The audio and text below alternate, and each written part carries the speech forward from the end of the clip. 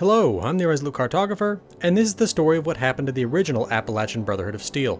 To properly discuss the Appalachian Brotherhood of Steel, we have to examine the world in which it came into being, and while this branch of the Brotherhood of Steel, and its sister branch, or should I say brother branch in California, were founded after the bombs, their roots are based in the pre-war United States Armed Forces. The founders of both of these organizations were low-ranking officers in the United States Army. Captain Roger Maxson for the California branch, and Lieutenant Elizabeth Taggerdy for the Appalachian branch. We'll start with a brief examination of Captain Maxson, as it was his experiences in California that drove his desire to create the Brotherhood of Steel. One of the most important defense contractors in the years before the bombs was Westech. This corporation created fusion cells, power armor, laser weapons, and railguns for the armed forces. In 2073, as fears of biological warfare rose, Westech began working on the Pan-Immunity Variant Project, attempting to create a vaccination to prevent any possible contagious disease. Their work began to pay off, but with unexpected side results that included an increase in muscle mass and cell regeneration.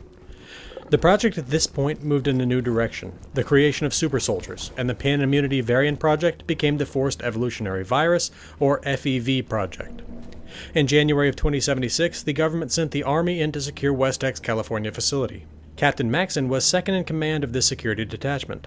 Without a view of what was taking place inside the labs, Captain Maxson had no knowledge of the experiments within. The tests of FEV in California moved up the food chain, from single-celled organisms to flatworms, to mice, to rabbits, to raccoons, to dogs, and to chimpanzees. Along the way, new side effects were discovered. Some animals became more intelligent and more dexterous, while more intelligent test subjects became increasingly aggressive. In January of 2077, seeking a more secure location, the FEV project was moved to the Mariposa military base, along with a security detail. It was on October 10, 2077, that the Army Guards discovered both the FEV trials and that these trials had moved into human testing on military prisoners. This discovery shocked and outraged the soldiers. Captain Maxson's superior, Colonel Spindle, locked himself in his office, leaving command to his subordinate. In interrogating the scientists, Maxson discovered that the experiments were sanctioned from above. When Colonel Spindle committed suicide, Captain Maxson became the commanding officer of the forces on the base. He continued to interrogate the scientists, executing each of them until he completed his interviews.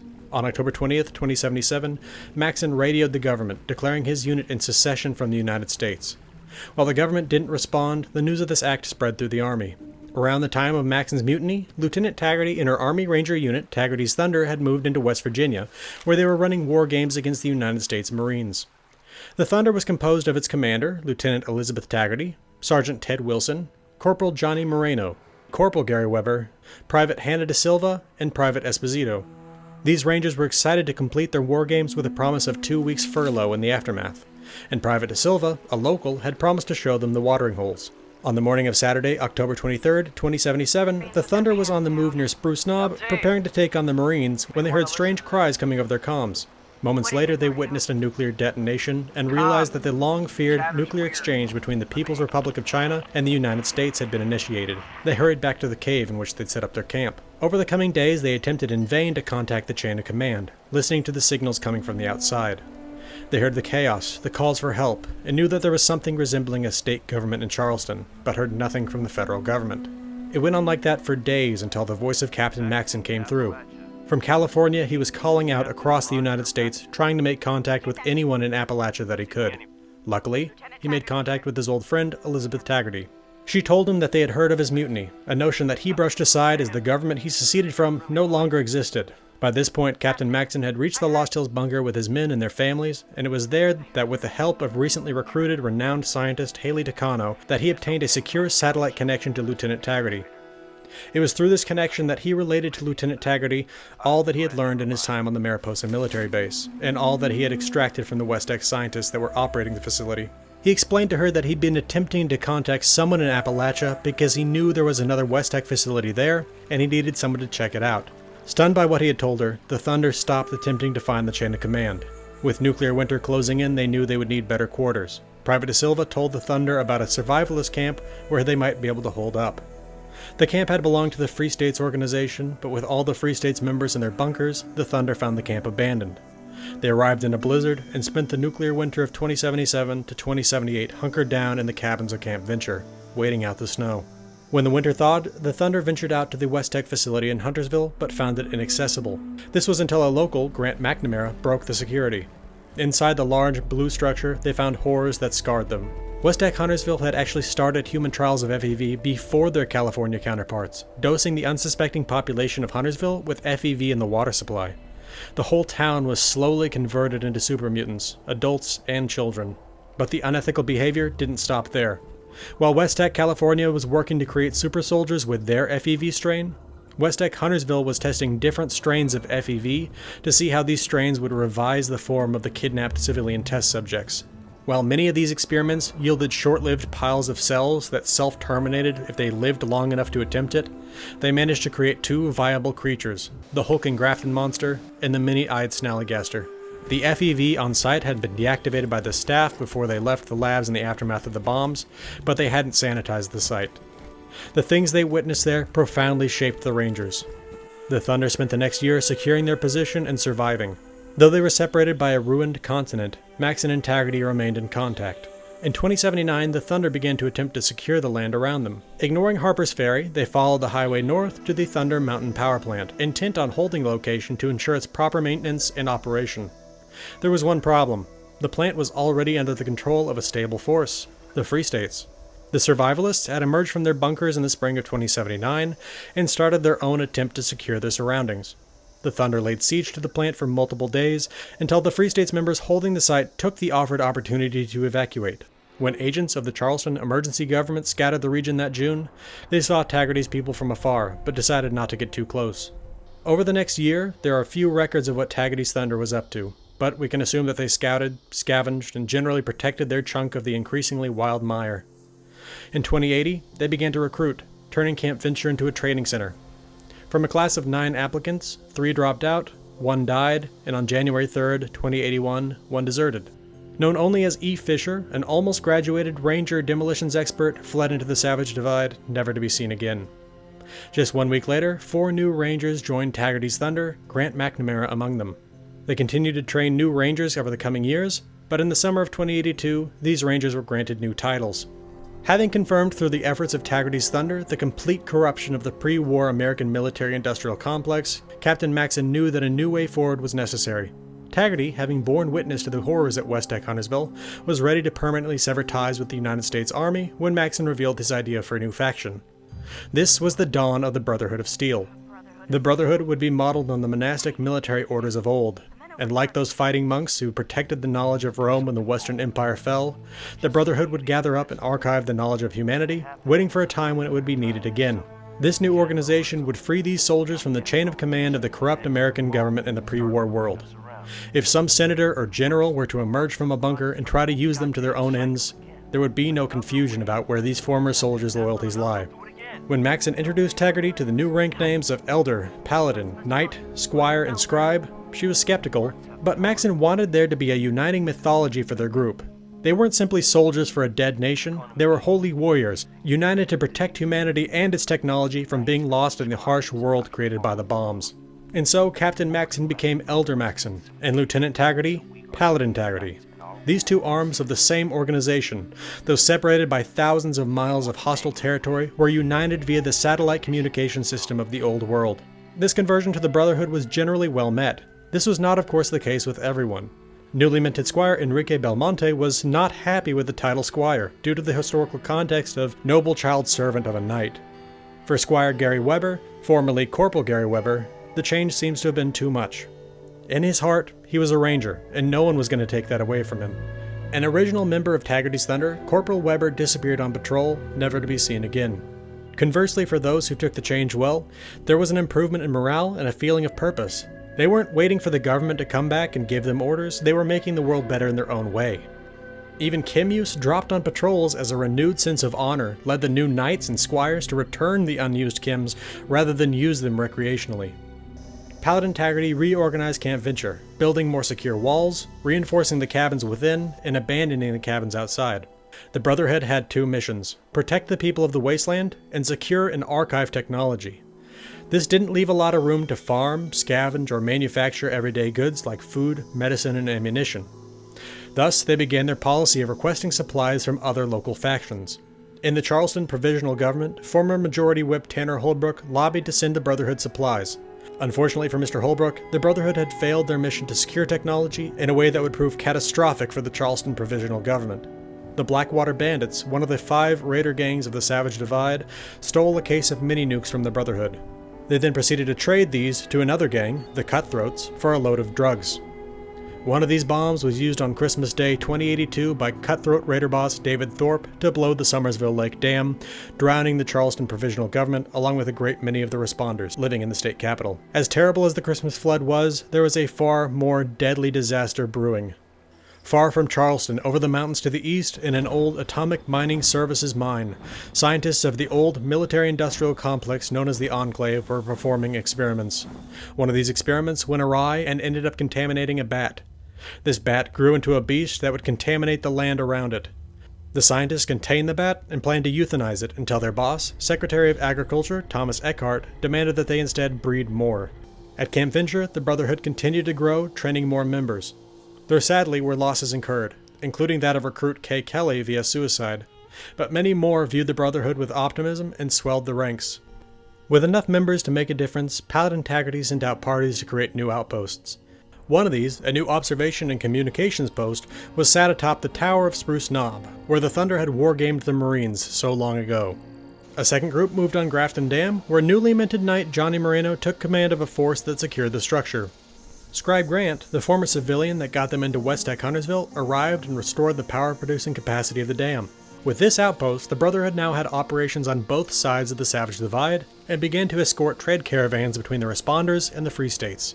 The Free States remembered the seizure of Thunder Mountain, and though they didn't go looking for a fight with the Brotherhood, they weren't going to forget the siege of the power plant. The Brotherhood didn't devote much of their time to thinking about the Free States, and details of their relationship with them are scarce.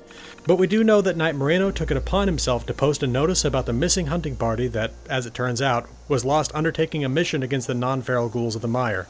It could be that Moreno's mind was focused elsewhere, as his writings reveal a desire to continue a secret relationship with Squire De Silva, hoping that the rules against fraternization had been dropped when they left the United States Armed Forces. It was around this time that Squire De Silva was in charge of a recon expedition south to the old Allegheny Asylum. While the childhood stories of the asylum gave her the creeps, the old structure was solid, with thick walls and a commanding position on a hill overlooking much of the Cranberry Bog. The interior of the building, while feral ghoul infested, was spacious, lending itself to the Brotherhood's expansion. De Silva's group began to work, preparing the site for occupation, clearing the structure room by room, and making plans for defense and utilities. One evening, while relaxing on the roof, they saw something strange, an enormous bat flying over the bog. This bat began flying straight towards them. They opened fire and it wheeled off, just as stunned by the gunfire as they had been at seeing it. This marked the first contact between the Brotherhood and the scorchbeasts.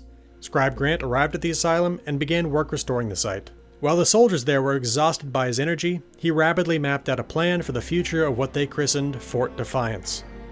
As Fort Defiance came online and more personnel moved in, scouting across the region began in earnest.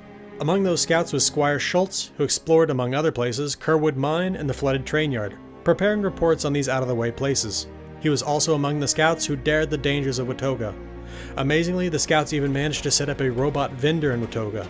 Things often got hairy there, and in those cases, the scouts would retreat to Appalachian antiques. Many scouts weren't as lucky as Squire Schultz, and the region is dotted with their remains. In Fort Defiance itself, Scribe Grant used a military security system scavenged by Squire Weber in the time before he disappeared to secure the Fort Defiance elevator. This system only recognized those with military ID, a feature that Squire Belmonte outwitted with an AWOL weekend trip to the Army's automated trading post, Camp McClintock. For his efforts, Squire Belmonte found himself stuck in the elevator for 3 hours until Scribe Grant managed to fix the hydraulics. While Fort Defiance was housed in an old asylum, undoubtedly not one of the most welcoming places, many of the Brotherhood began to feel at home there, Scribe Grant chiefly among them. Meanwhile, at Grafton Dam, whether due to his relationship with Squire De Silva or some other issue, it seems that the higher-ups weren't thrilled with Knight Moreno's leadership, and he was replaced in this role by Knight Esposito. On the trip to relieve Moreno, Esposito viewed a rising threat in the Savage Divide. The super mutants were on the move.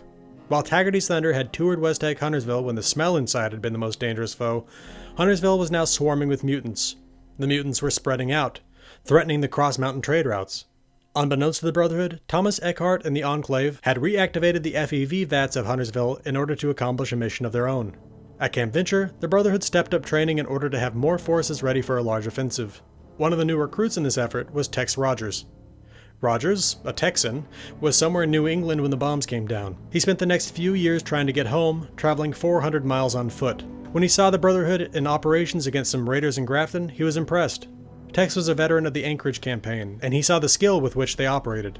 Knight Moreno struck up a conversation with him and invited him to join. Tex's experience in power armor made him a great candidate to join the Brotherhood, so he headed off to Camp Venture.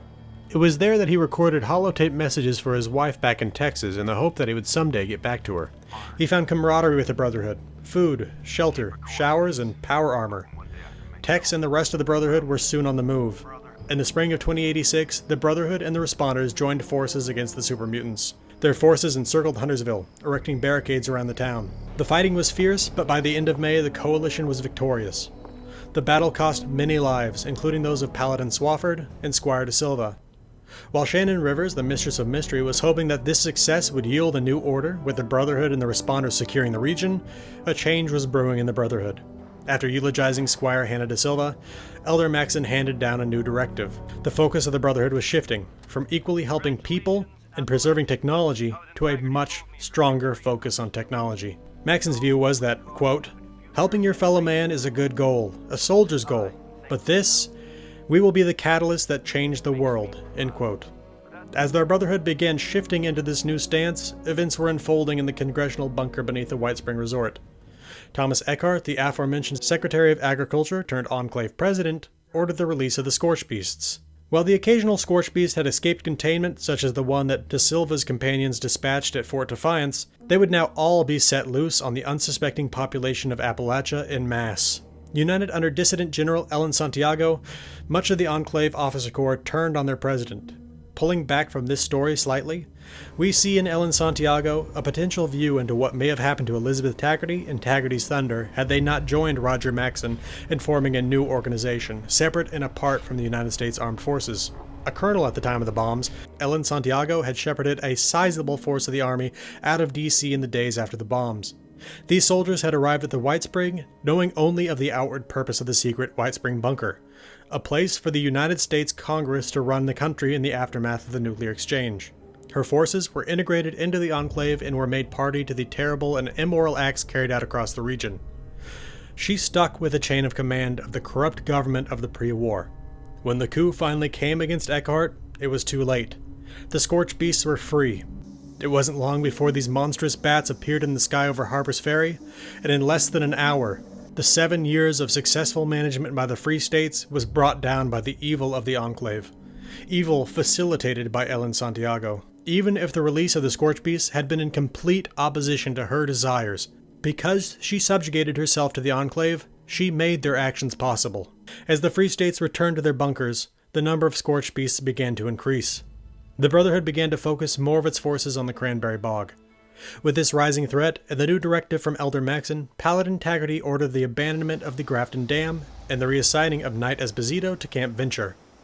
Without the trade opportunities in Harper's Ferry and the Brotherhood pulling back from guarding the roads, cross-mountain trade likely collapsed. The Brotherhood and the Responders, no longer in cooperation on operations, began to drift apart. When Responder Derek J. Castle investigated the attack on Harper's Ferry, he failed to understand the magnitude of the threat posed by scorchbeasts, relating to Responders' command that he felt it was selfish for the Free States to retreat into their bunkers. This gross underestimation of the severity of the threat would greatly harm the relationship between the Brotherhood and the Responders. As the number of scorchbeast attacks grew, and the Brotherhood needed more material aid, the Responders viewed their descriptions of the scorchbeasts as grossly exaggerated. This led to worse and worse relations as the need for support grew. While the Brotherhood pulled back from most of Appalachia, their operations east of the Savage Divide, especially in the Cranberry Bog, expanded. In an effort to contain the threat of the scorchbeasts, the Brotherhood erected a series of fire bases around the bog, attempted to create a ring of fire around the source of the scorchbeasts. Some of these fire bases were no more than a small camp, consisting of a tent and an automated anti-air turret, while others, such as Forward Station Delta, were encircled with walls.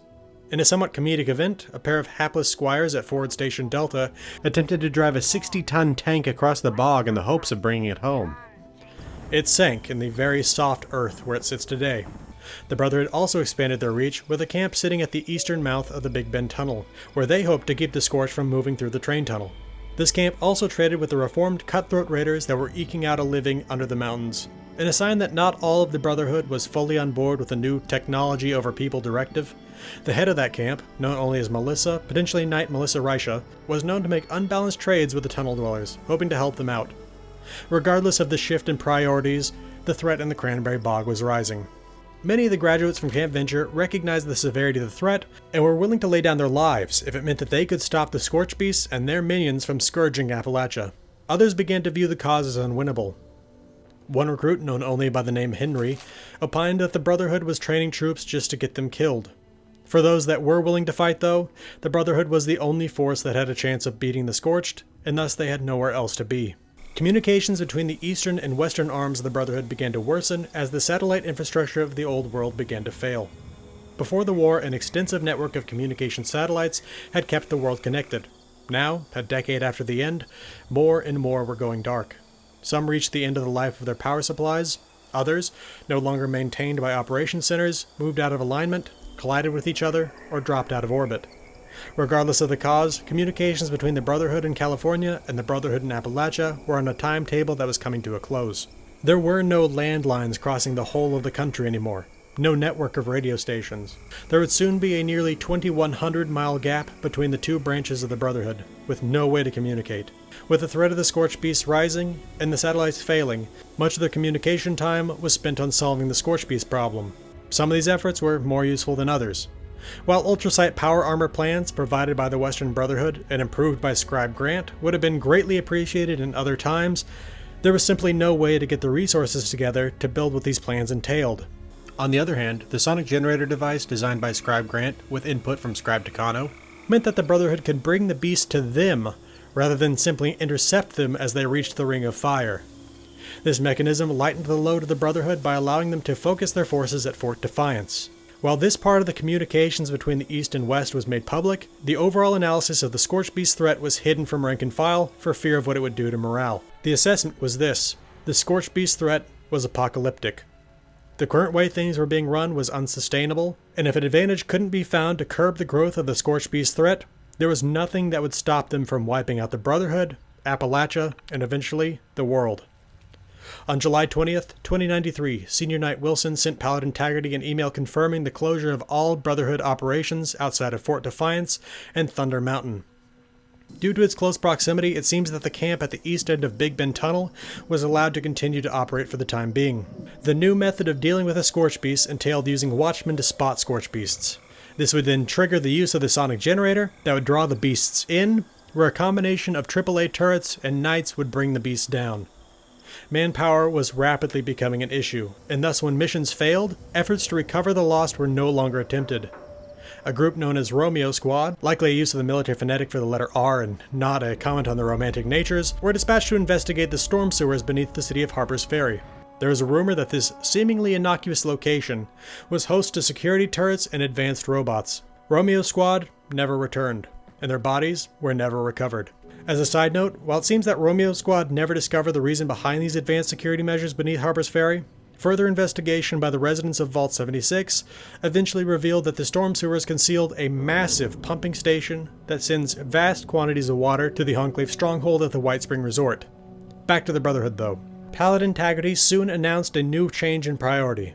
No longer would the Brotherhood in Appalachia be focused on technology. The Scorchbeast threat was their only concern. Due to this increased threat, all scavenging runs into Watoga were halted. As the last known operational satellite came online, the Brotherhood on both ends of the connection made their last efforts to cooperate on the Scorchbeast threat. Scribe Takano gave Grant the recommendation that he get the DNA sequence for the Scorchbeast decoded, hoping that this would give them useful information on taking them down. She also transmitted plans for a sonic sensor module. Attuned to the frequency at which the Scorchbeasts echolocate, this module would allow the Brotherhood to track the monsters to their den. It was around this time that Paladin Taggerdy requested authorization to use the tactical nuclear weapons contained within Appalachia's automated missile silos against the Scorchbeasts. Elder Maxon was outraged, refusing to sanction the use of any nuclear weapons in the aftermath of the last significant use of nuclear firepower in the Great War. Thus, Paladin Taggerdy was stripped of a significant potential tool. It's at this point that we see that the Appalachian branch of the Brotherhood of Steel was entirely loyal to Elder Maxon and the chain of command. Even though their communications were out, and the region was under apocalyptic threat, the Paladin remained loyal to Maxon's directives and didn't attempt to gain control of and use the nuclear weapons in Appalachia's silos. While Paladin Taggerdy's last communications had not yielded aid against the scorchbeasts, Scribe Grant was determined to make sure that his last conversation with Scribe Takano did. In an attempt to analyze the DNA of scorchbeasts to look for weaknesses, Grant filed Mission 099-01, a plan to activate the necessary labs within Vault-Tec University. A two-man team was allocated to this project, Squire Montgomery and Scribe Danny.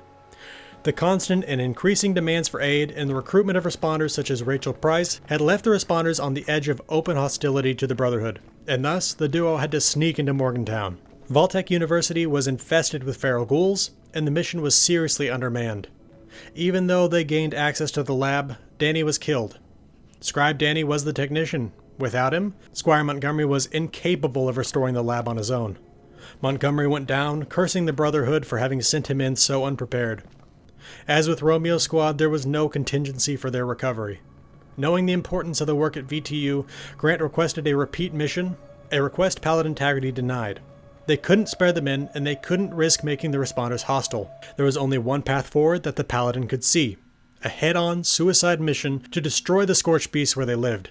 Operation Touchdown was a fairly simple plan in terms of tactics, but it would be a horribly dangerous and bloody affair for all involved. A large squad led by Paladin Taggerdy and Knight Moreno, consisting of several power-armored soldiers and many riflemen, would make use of Scribe Takano's sensor module to track the scorchbeasts to their lair. They would then use conventional explosives to collapse the cavern, killing or trapping the monsters within. In January of 2095, Operation Touchdown was initiated.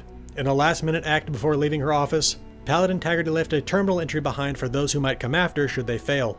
Having stayed loyal to Elder Maxon to the point of potentially forfeiting her life in an effort not to use nuclear weapons against the scorchbeasts, she prepared a contingency. The entry she left detailed the means by which the nuclear weapons might be accessed, listing the known presence of former Senator Sam Blackwell, whose membership on the Nuclear Energy Committee might have left him in a position to retain information on the nuclear silos in the region. She knew that, quote, "If Touchdown fails, the nuclear option may be our only option. Maxon's orders be damned," end quote. She might have been loyal to the point of death, but that's where she drew the line. Operation Touchdown's personnel moved quickly across the bog, setting up small outposts to hold the line as they utilized the sensor module to scan for the scorchbeast's lair. The readings took them through the heart of Watoga, where they were forced to battle a robotic horde. They retook the abandoned survey camp Alpha temporarily as the signal brought them through the old firebase. The sensor then led them deeper into the bog, to the old Atomic Mining Services drop site V9, and finally to the entrance of an old AMS mine. They had found the source of the signal. The Brotherhood fought a pitched battle every step of the way through the mine, coming up against scorched creatures of all types and a handful of the scorched beasts themselves. More and more men fell until only Paladin Taggerdy and Knight Moreno remained. In the final voluminous cavern beneath drop site V9, the two old rangers found something they hadn't been prepared for: the Enclave laboratory that had bred the monsters a decade before. With no time to stop and investigate, they detonated their charges placed throughout the mine, sealing the passages and killing themselves in the process. Back in Fort Defiance, it had been 2 days since they had heard from the Paladin, and they feared that Operation Touchdown had failed. Suddenly, the earth shook violently, and cave entrances across the region collapsed. On February 2nd, 2095, Senior Knight Wilson recounted in a log that it had been 5 days since the shaking, and the skies were free of scorchbeasts. It appeared that the lives of Paladin Taggerdy and the other members of the Operation Touchdown team had not been sacrificed in vain. Despite a low number of scorchbeasts in the sky over the coming weeks, Scribe Grant was worried.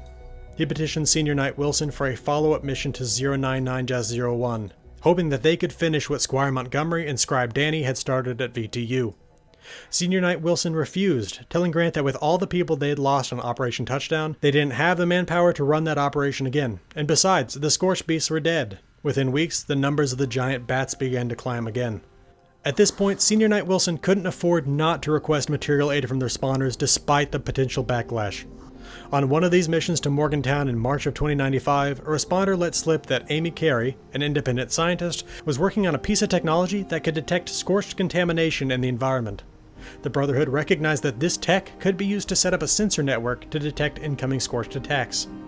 A week later, the Brotherhood returned to Morgantown, demanding not material aid, but information on Amy Carey. While the responders refused to divulge her location, the Brotherhood sent knights looking for her. On April 16, 2095, she abandoned her shelter at the Taggerdy water treatment plant to avoid potentially falling into their hands. These expeditions to find Amy Carey ended as the scorchbeast numbers continued to increase. By June, the battle with the scorchbeasts was again a common event. Scribe Grant made one final plea to finish Mission 099-01 at VTU. Senior Knight Wilson again refused, telling Grant that they were in the trench they dug, and they couldn't spare a single man with the harrowing fights that ensued every time the sonic generator spun up. He acknowledged mistakes, the hunt for Amy Carey, but he couldn't devote anyone to a task outside of defense. In a note, Scribe Grant reflected on a senior staff meeting that now consisted of only himself, Senior Knight Ted Wilson, and Knight Tex Rogers.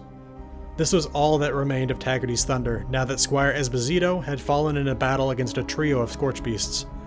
The end was obvious, but there would be no desertion. As the summer wore on, the number of scorchbeasts only continued to rise. On August 13, 2095, Senior Knight Wilson noted that there were now too many beasts to contain with the sonic generator, and some were escaping the bog.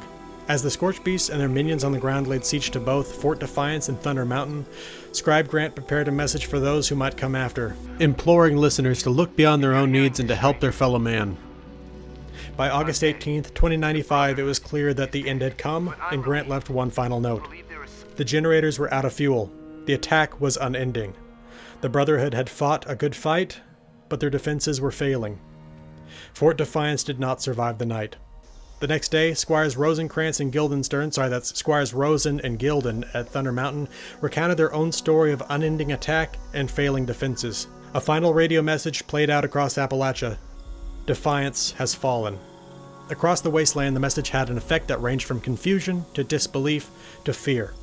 The responders, having viewed the Brotherhood as bullies, making outlandish claims about the threat they faced for increased aid, sent a mission to Abigail Singh's Free States bunker for more information on what defiance was, and to make sure that the Brotherhood were okay.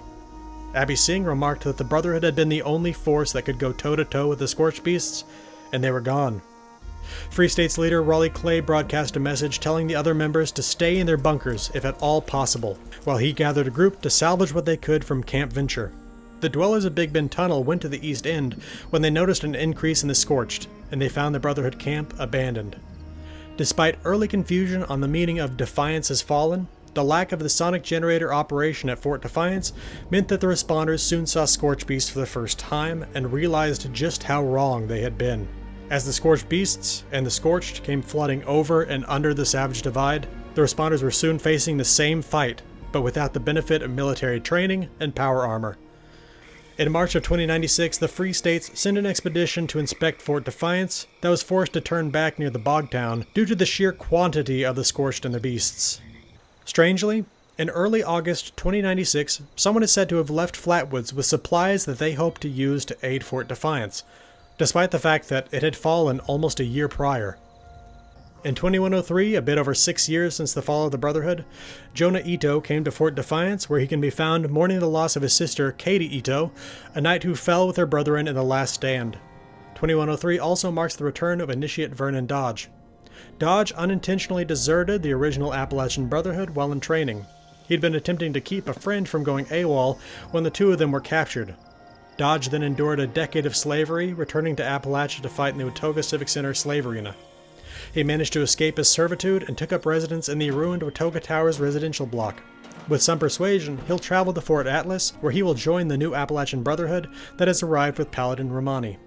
Dodge is the last known living member of the original Appalachian Brotherhood of Steel.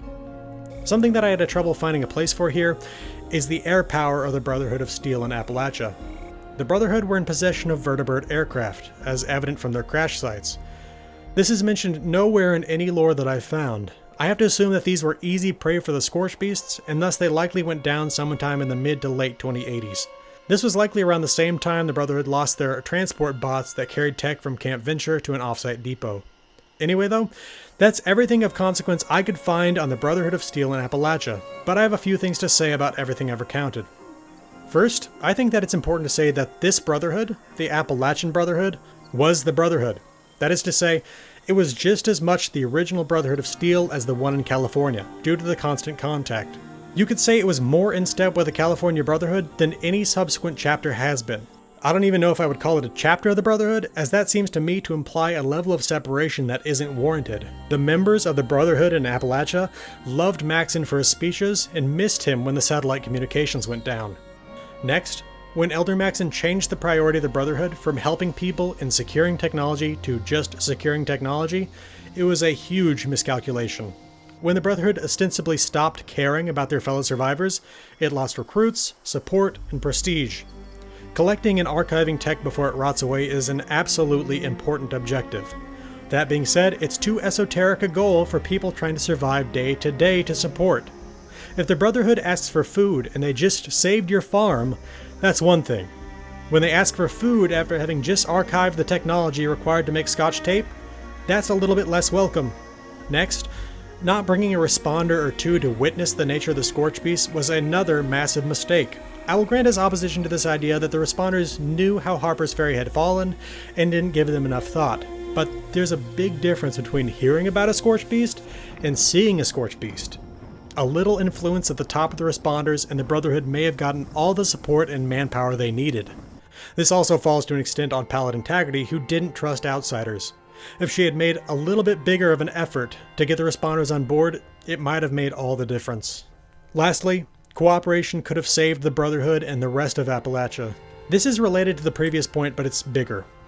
The Brotherhood had power armor, the sonic generator, and the heavy weapons. Scribe Grant was on the verge of cracking the DNA code of the scorchbeasts. The responders had medical personnel and researchers that nearly had an inoculation for the scorched plague. Amy Carey's scorch contamination detection system would have been invaluable in keeping the threat bottled up. The Free States had excellent engineers and doctors of their own.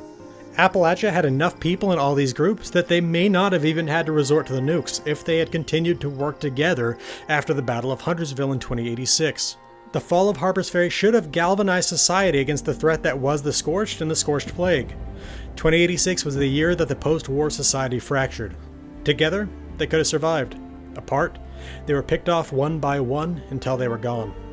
Alright, I think that'll do it for the story of the original Appalachian Brotherhood of Steel.